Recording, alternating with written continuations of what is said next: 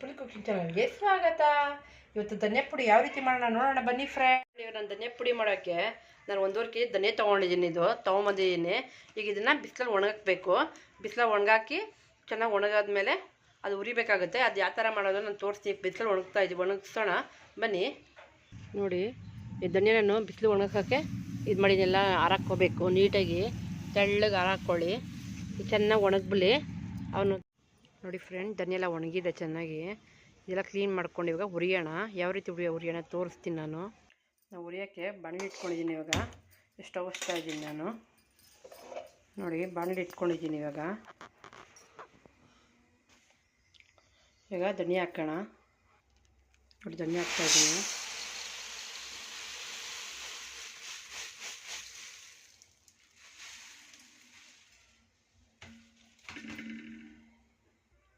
ಚೆನ್ನಾಗಿ ಹುರಿರಿ. ಇದು ಧನಿಯಾ ಉರಿ ಜಾಸ್ತಿ ಕೊಡಬೇಡಿ, ಕಮ್ಮಿ ಉರಿಲೇ ಉರಿಬೇಕಿದು.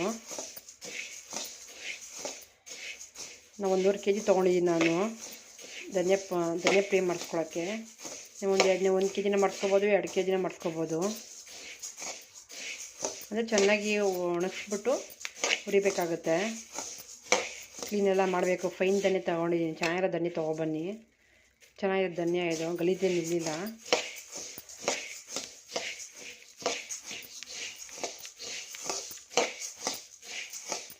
ಗಮ್ಮಂತ ಸ್ಮೆಲ್ ಬರುತ್ತೆ. ಅಲ್ಲಿ ಗಂಟೆ ಉರಿರಿ.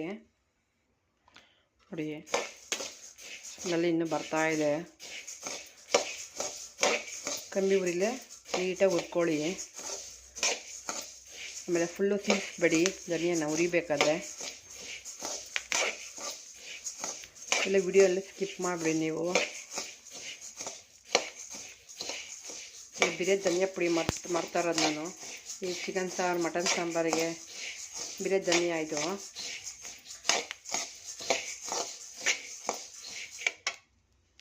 ನೋಡಿ, ಇದಾಗಿದೆ. ಇದು ನಾನು ತೆಗಿತಾ ಇದ್ದೀನಿ. ಈಗ ಹುರ್ಕೊಂಡಿದ್ದೀನಿ. ನಾನು ತೆಗಿತೀನಿ. ಮತ್ತೆ ಧನಿಯಾ ಹಾಕ್ಕೊತಾ ಇದ್ದೀನಿ.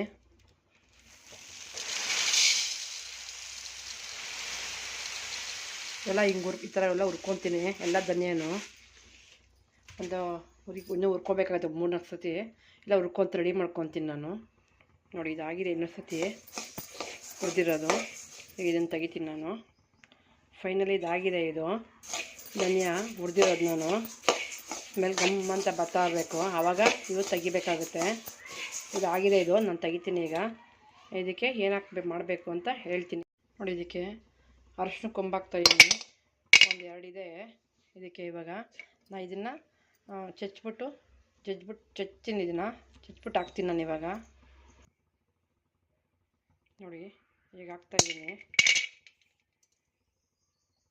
ಅರಶಿನ ಹಾಕಿದ್ದೀನಿ. 1-2 ತೊಗೊಂಡಿದ್ದೀನಿ ನಾನು. 1.5 kg ಇದೆಯಲ್ಲ, ಚೆನ್ನಾಗಿ ಇದು ಹುರ್ಕೋಬೇಕು. ಸ್ವಲ್ಪ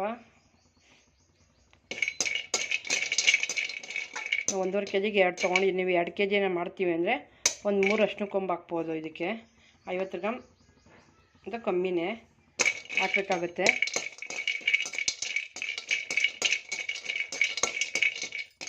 ಹುರಿದ್ಬಿಟ್ಟು ನೀವು ಧನಿಯಾ ಹುರ್ಕೊಂಡಿರ್ತೀರ, ಧನಿಯಾಕ್ಕೆ ಹಾಕಬೇಕು.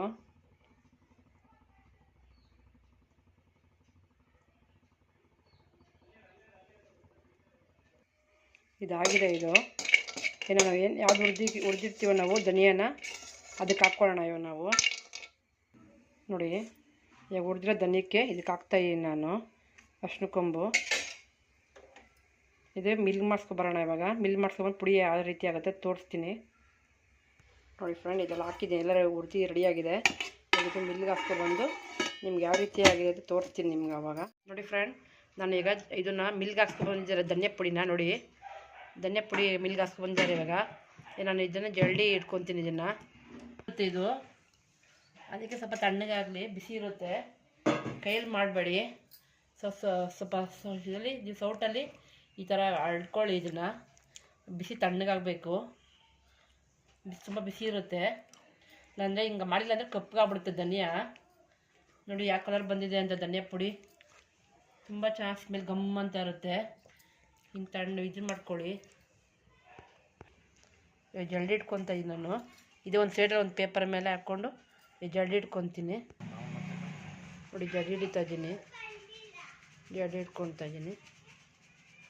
ಎಲ್ಲ ಇದೇ ರೀತಿ ನಾನು ಜಲ್ದಿ ಹಿಡ್ಕೊತೀನಿ ಫ್ರೆಂಡ್. ಜಲ್ದಿ ಹಿಡ್ಕೊಂಡ್ರೆ ನೋಡಿ ಈ ಥರ ಇರುತ್ತೆ. ಜಲ್ದಿ ಹಿಡ್ಕೊಳ್ಳೇಬೇಕಾಗುತ್ತೆ ನೀವು. ಜಲ್ದಿ ಹಿಡ್ಕೊಂಡ್ರೆ ಇರಬೇಡ್ರಿ. ನೋಡಿ ಎಲ್ಲ ಜಲ್ದಿ ಎಲ್ಲ ಹಿಡ್ಕೊಡಿ. ನಾನು ಒಂದು ಬಾಕ್ಸ್ ಹಾಕ್ಕೊತಾ ಇದ್ದೀನಿ ಇವಾಗ. ನೋಡಿ ಫ್ರೆಂಡ್, ಧನಿಯಾ ಪುಡಿ ರೆಡಿಯಾಗಿದೆ. ಮನೇಲೆ ಯಾವ ರೀತಿ ಮಾಡಿರೋ ನಿಮಗೆ ತೋರ್ಸ್ಕೊಂಡು ಕೊಟ್ಟಿದ್ದೀನಿ ನಾನು. ಲೈಕ್ ಮಾಡಿ, ಶೇರ್ ಮಾಡಿ. ನನ್ನ ವಿಡಿಯೋ ನೋಡಿರೋದಕ್ಕೆ ಎಲ್ಲರಿಗೂ ಧನ್ಯವಾದಗಳು ಫ್ರೆಂಡ್. Thank you.